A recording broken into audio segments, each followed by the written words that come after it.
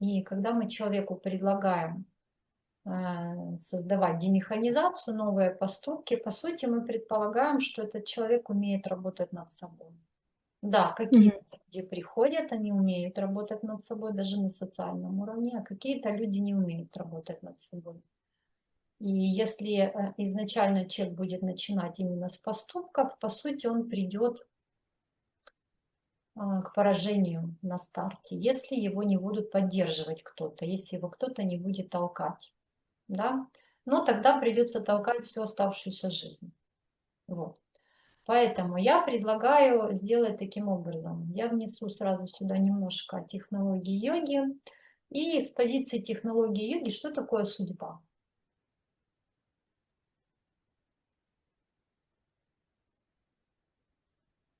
Ну, це данность, типа карма, те, що тобі дано. Вот здесь надо понять, что судьба – это есть карма. Что такое карма общим социальным языком? Это жизнь, в которой живет человек. Это люди, которые его окружают. Это взаимодействие с этими людьми в той или иной мере, которая она есть. Вот нужно это первое понять. И если человек начнет работу с этой цитатой, с этого пункта, у него все получится.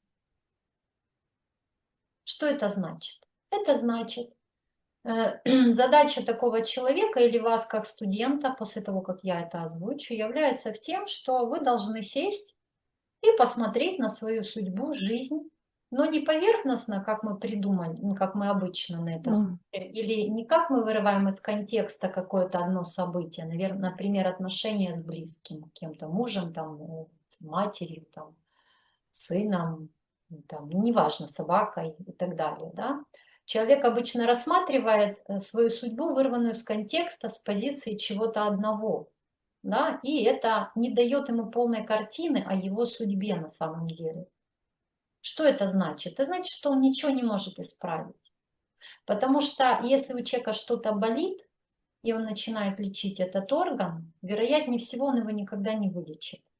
Потому что болезнь этого органа по определению это болезнь психологически всего тела заключается. И нужно заниматься комплексно. Поэтому любой человек абсолютно, который первый раз слышит эту цитату, он должен начинать как раз с размышления, то есть с аналитической медитации о своей судьбе, о том, какая она, из чего она состоит, какие результаты она приносит.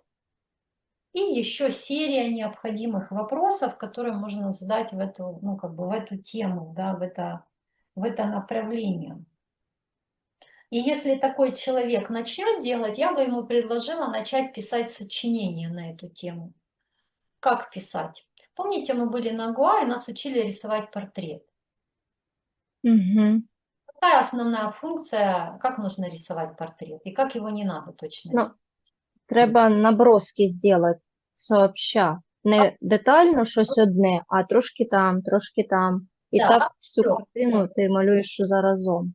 Да, общо. Вот написание сочинения, оно подразумевает собой некий процесс, как рисование портрета. Мы сначала накидываем детали. Немножечко волос, немножечко глаз, немножечко бровей. Где-то у нас будет нос, где-то у нас будет губы, у нас будет какой-то овал лица и какая-то шея. И вот мы делаем общие наброски своей судьбы, той жизни, той кармы, в которой мы сейчас находимся. Да, не внутренней жизни, а внешней, социальной. Вот моя судьба социальная, ту, которую я способен видеть, то, что видно или то, что мне показывают люди. И мы делаем эти наброски общо, но мы их делаем общо настолько, чтобы мы понимали, что это судьба ваша, моя. Не кошечки, не портрет кошечки, собачки или слона, да, а чтобы вот в этих набросках, потому что тут же нет лица, да, Узнавалось. да, но что в этих набросках, если вы расскажете кому-то из знакомому, да, будет узнаваема ваша жизнь. Вот узнаваемо просто, не в деталях, она просто узнаваема. И это то, чем должен человек заняться, например, в первую неделю, когда он размышляет над этой цитатой, да. А после этого он начинает возвращаться к деталям. Вот тут я к брове вернулся, дорисовал, чтобы оно было подобно. Тут я к носу вернулся, тут я к подбородку, тут я к волосам. И тогда вот это сочинение от жизни, оно будет наполняться некими деталями. Вы с жизни живете, ну, как бы каждый день, как-то она развивается, что-то в ней происходит, Мгм. взаимоотношения с людьми, да. А значит, если вы будете внимательны к этой жизни, вы же ее видите, это не нечто внутри вас, например, мысль, да, это уже то, что видно. И если вы будете внимательны, вы сможете наполнить этими деталями свое сочинение, опять возвращаясь общо к каждой детальке. И тогда где-то через месяц, может быть, через полгода, если вы будете делать это регулярно, понемногу, вы сможете наконец-то в первый раз прочитать этот трактат, свой текст. Не каждый день его читать и о боже, как же это ужасно. Нет. А вот не анализируя, вы пишете общо сначала, ничего не смотрите, а потом вот где-то через полгода, размышляя, придавая внимание тому, что происходит в жизни, честно пытаясь перенести это потом на бумагу по чуть-чуть. И вот где-то через полгодика человек начинает это читать. И вот тогда из вот этих обрывочных глаз, нос, ушей там, и всего что остального, он между строк начнет видеть свою судьбу. И он сможет ее выписать в чистовую. Да? Или это уже не понадобится, к примеру. Да? Вот, потому что если вы читаете книгу Садхгуру, там была история, да, где два ветерана сошлись на войне, они там воевали 40 минут и встретились через 30 лет. Вот, и они об этих 40 минутах говорили несколько часов. А потом другой человек спросил его про его жизнь, которая уже 30 лет прошел. Да ничего, я всю жизнь продавал. Вот. И вот обычно то, как человек смотрит на свою судьбу, на свою карму, в которой он находится, это приблизительно как в этой истории. Да, я всю жизнь продавал. Прям про вас, правда. Видеть, глубоко увидеть нейтрально, без привязанности к хорошему или плохому, нейтрально увидеть свою жизнь, как репортаж, увидеть свою судьбу. Потому что изменения человека, они начинаются на самом деле с видения ситуации, где этот человек находится. Ну, как он может что-то изменить, если он не знает, что он хочет менять-то на самом деле?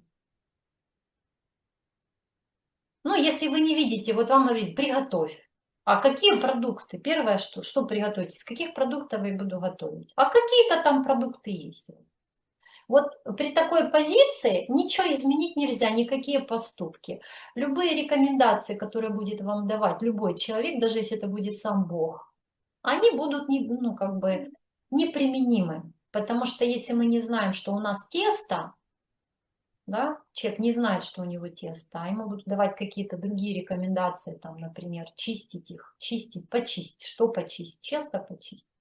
Да, если человек не знает свою жизнь, ту, которую он живет, у него будет возникать внутренний диссонанс между рекомендуемым действием, поступком и между тем, что он знает о своей жизни. Это не значит, что рекомендуемое действие некорректно. Это значит о том, что недостаточно размышления от понимания того, где я нахожусь, какова моя судьба и какова моя в данном случае, какие мои ограничения в этой судьбе и какие мои плюсы. Окей, да?